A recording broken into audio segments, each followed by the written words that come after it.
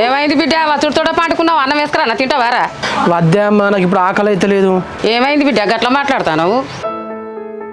ఏం చెప్పాలి అమ్మ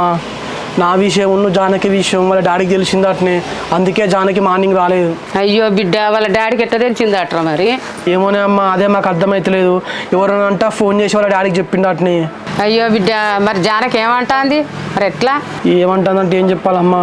ఫోన్ చేయకంటుంది మెసేజ్ చేయకంటుంది కలవకంటుంది ఎట్లనే అమ్మా నేను ఎట్లుండాలి దాన్ని కలవకుండా మాట్లాడకుండా జానకి గురించి ఇట్లా ఆలోచించాలి కదా బిడ్డ మరి వాళ్ళ డాడీ ఏమంటా అంటో దాని గురించి నువ్వేం రంది పడకు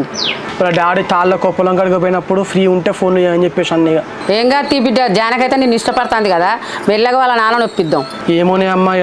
డాడీ మమ్మల్ని ఏమంటాడో ఏమో ఇన్ని రోజులు అయితే చాలా నమ్మకంగా ఆయన దగ్గర కళ్ళు తాగినాం ఆయనతో అన్ని ముచ్చట్లు చెప్పినాం ఇట్లా వాళ్ళ బిడ్డను లవ్ చేసుకుంటేనే వాళ్ళ నాన్నతో ఇట్లా